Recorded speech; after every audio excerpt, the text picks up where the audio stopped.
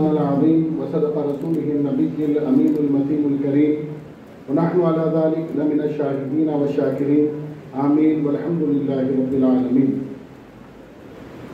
آئیے سب سے پہلے انتہائی عقیدت و احترام کے ساتھ ساری کائنات کے مرکز عقیدت بارگاہ رسالت صلی اللہ علیہ وسلم میں بیک آواز ہو کر بانداز علامانہ درود شریف کا نذرانہ پیش فرمائیں۔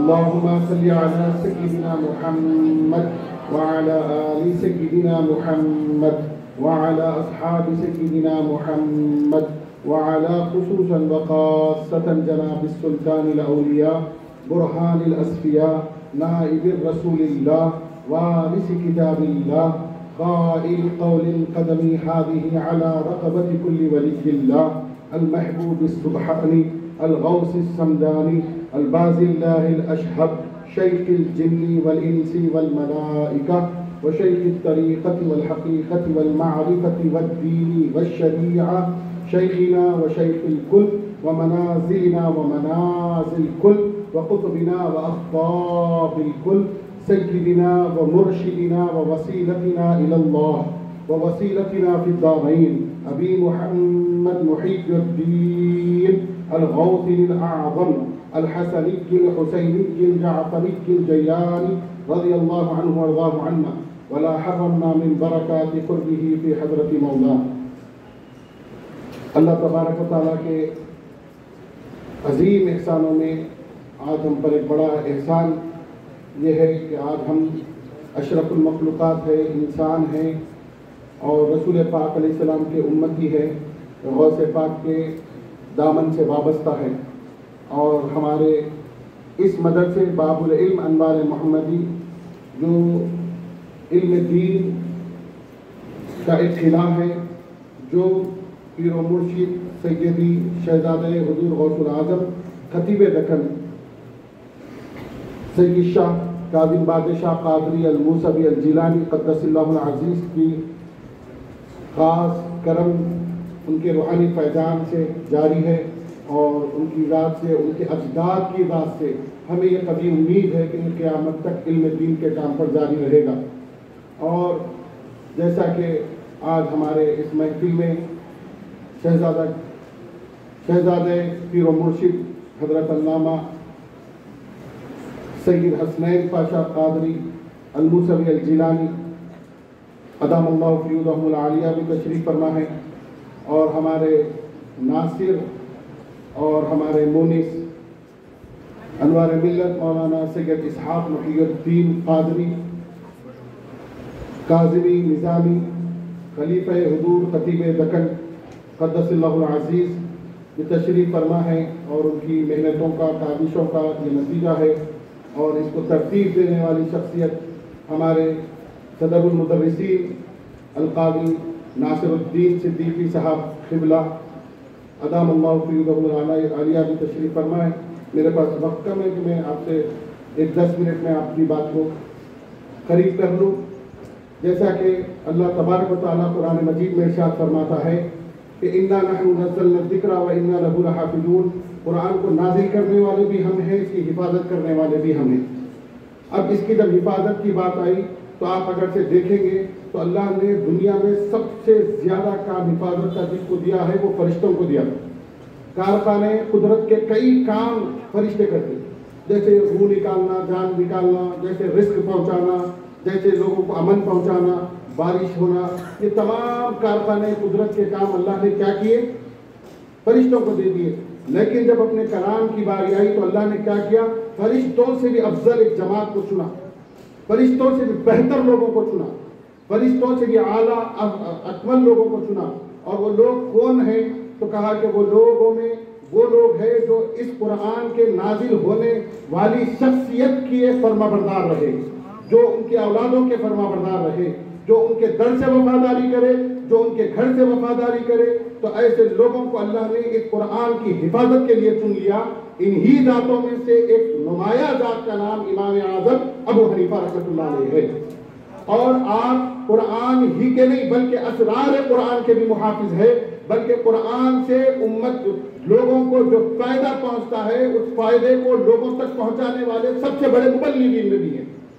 امام اعظم ابو حنیفہ اس ذات کا نام ہے کہ آپ کو سمجھنے کے لیے میں بتا دوں، امام شافعی رحمۃ اللہ علیہ جو 14 سال کی عمر میں یہ علم رکھتے تھے کہ وَإِن يُرِدِ اللَّهُ بِهِ خَيْرًا يُفَقِّهْهُ فِي الدِّينِ، اللہ جس کو چاہے دین کی سمجھ عطا کرتا ہے، اللہ جس پر کرم کرنا چاہتا ہے اس کو دین کی سمجھ عطا کرتا ہے۔ اور علماء دین فرماتے ہیں، خاص طور سے عارفین فرماتے ہیں، علم 1 من اگر ہو تو سمجھداری 100 من ہونا بولے تو وہ علم کامیاب ہے۔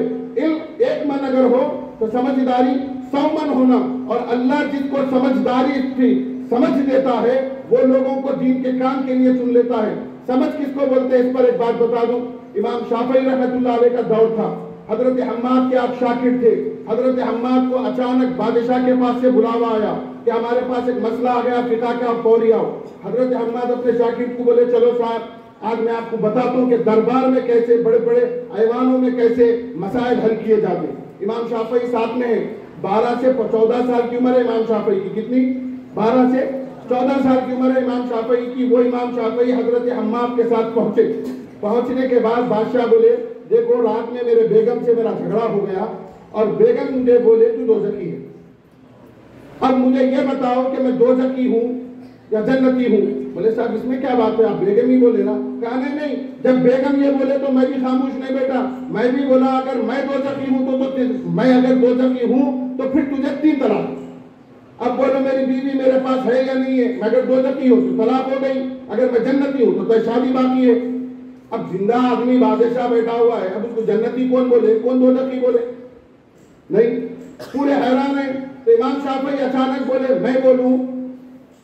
بادشاہ حیران ہو کے بچے کو دیکھا، پھر استاد کو دیکھا، استاد اشارہ کر کے بولے میرا شاگرد اتنا دمدار ہے بول سکتا۔ تو بادشاہ بولا بولے بیٹا، تو انہوں بولے آپ کے برابر میں آ کے بولتا ہوں۔ پھر قریب گئے، جانے کے بعد کہا اس سوال کے جواب کے لیے میں آپ سے کچھ سوال کروں گا، دین کی سمجھ کس کو بولتے ہیں میں اس پر بات کر رہا ہوں، اس کو ذہن میں رکھو۔ تو امام شافعی فرمائے کیا فرمائے؟ اس سوال کے ضمن میں آپ سے کچھ سوال کرتا ہوں۔ امام شافعی نے پوچھا آپ کے ہاتھ میں پورے سورسز پورے اسباب ہو، اس کے باوجود کبھی آپ گناہ سے پیچھے ہٹے کیا؟ تو بادشاہ بولا بادشاہ وقت ہوں، پون دنیا پہ میری حکومت ہے، پوری دنیا پون دنیا سے 75% زمین سے میں لوگوں سے ٹیکس وصول کرتا ہوں، مجھے کون گناہ پہ روکنے والا ہے؟ میں گناہ سے رکا ہوا ہوں صرف اللہ کے خوف کی وجہ سے۔ تو امام شافعی فرمایا آپ جنتی ہے، فتویٰ دے دیے۔ اب انہوں تو فتویٰ دے دیا لیکن علماء جو تھے وہ خاموش بیٹھتے، وہ بولے شافعی دلیل کیا لاتے ہو؟ تو امام شافعی پلٹ کے علماء سے پوچھے کیا تم قرآن نہیں پڑھتے؟ بولے ہم نے قرآن پڑھا لیکن اس کی جنت کی سرٹیفکیٹ آپ کو قرآن میں کیا ملی؟ فرمایا وَأَمَّا مَنْ خَافَ مَقَامَ رَبِّهِ وَنَهَى النَّفْسَ عَنِ الْهَوَىٰ فَإِنَّ الْجَنَّةَ هِيَ الْمَأْوَىٰ، جو اللہ کے خوف سے ایک بار بھی گناہ سے باز آ جائے اللہ اس کو جنت دینے کا وعدہ کرتا ہے۔ امام شافعی تو سب نے پڑھا تھا لیکن شافعی کو سمجھ میں آیا، اس کو کہتے ہیں سمجھ۔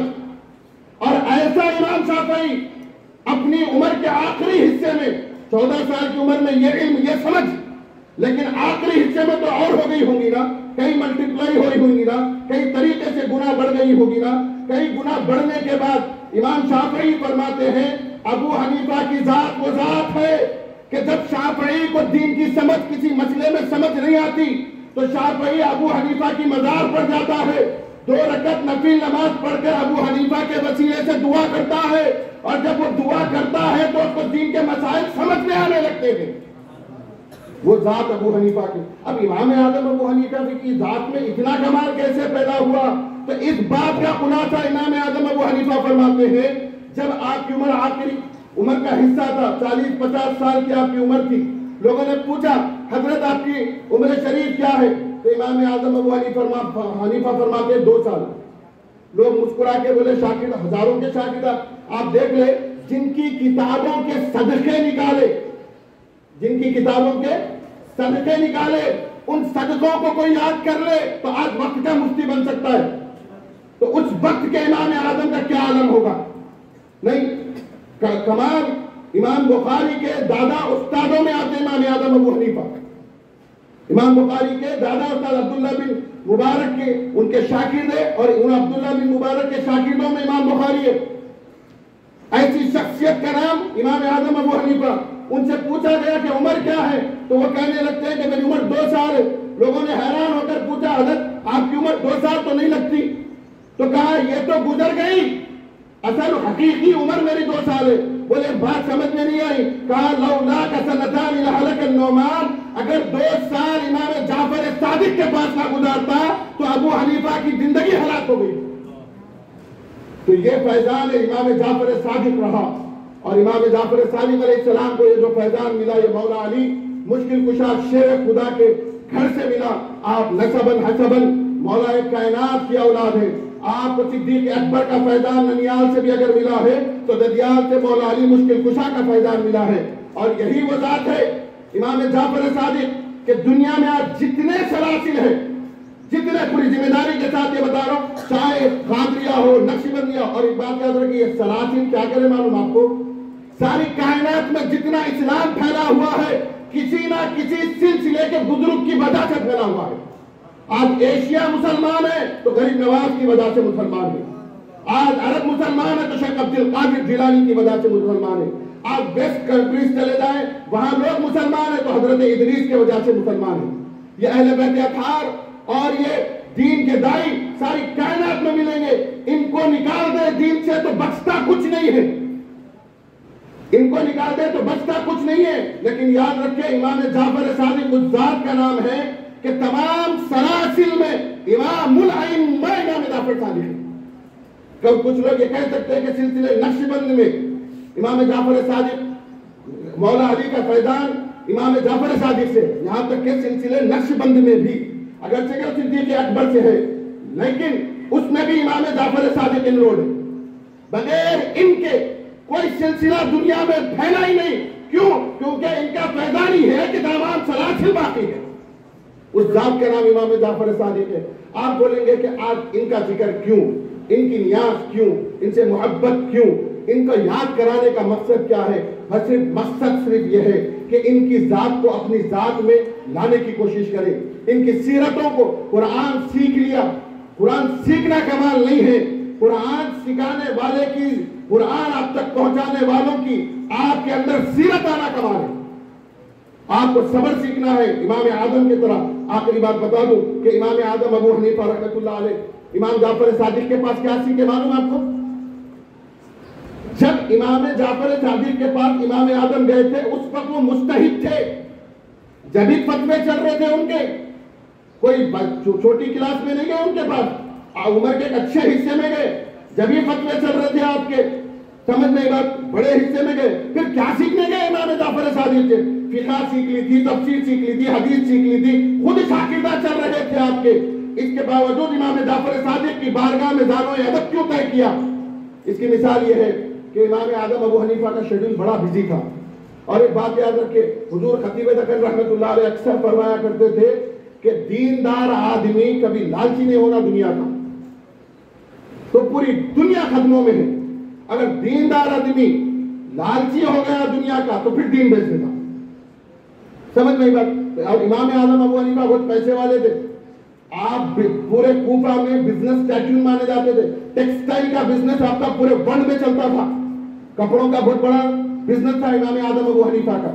وہ امام اعظم ابو حنیفہ رحمۃ اللہ علیہ کیا سیکھے امام جعفر صادق سے معلوم؟ اس کی ایک مثال دوں، بڑا بزی شیڈول رہتا تھا امام صاحب کا، صبح فجر سے لے کے عشاء تک درس و تدریس میں، پھر بزنس بھی دیکھنا ہے اس میں، عشاء سے لے کر تہجد کے 2 پہر تک، یعنی رات میں 12-2 بجے تک آپ ذکر و اذکار میں رہتے، پھر 4 گھنٹے ایک پہر سوتے، 4 گھنٹے سوتے، تیسرے پہر اٹھ جاتے، سمجھے یعنی تہجد کے ٹائم اٹھ جاتے، فجر تک ذکر کرتے، پھر فجر کے بعد لوگوں سے ملاقات، سمجھ نہیں بات؟ تو بزی شیڈول رہتا تھا۔ اب 24 گھنٹے میں آپ 12 گھنٹے سونے والے تو اس بات کی اہمیت سمجھتے کہ 4 گھنٹے سو کے کام کرنا کتنا بڑا کام ہے۔ اب امام صاحب کو آزمانے کے لیے، اور ہر دور میں علم والوں کو آزمایا گیا، سمجھے ہر دور میں ناپا گیا، تولا گیا۔ امام اعظم کو بھی آزمانے کے واسطے ایک شخص نے کیا کیا، امام اعظم کا شیڈول معلوم کیا، معلوم کر کے کیا کیا، جیسا ہی ان کے سونے کا ٹائم قریب آیا وہ بستر پر گئے، گھر کو دستک ہوئی، امام صاحب دروازہ کھولے، پوچھے کیا بات ہے؟ کہا ایک مسئلہ پوچھنا تھا حضرت، دین سے تعلق تھا۔ اچھا دین سے تعلق ہے تو پوچھو۔ پھر بولے بھول گیا۔ کیا بولا؟ ذہن میں نہیں آ رہا، بھول گیا۔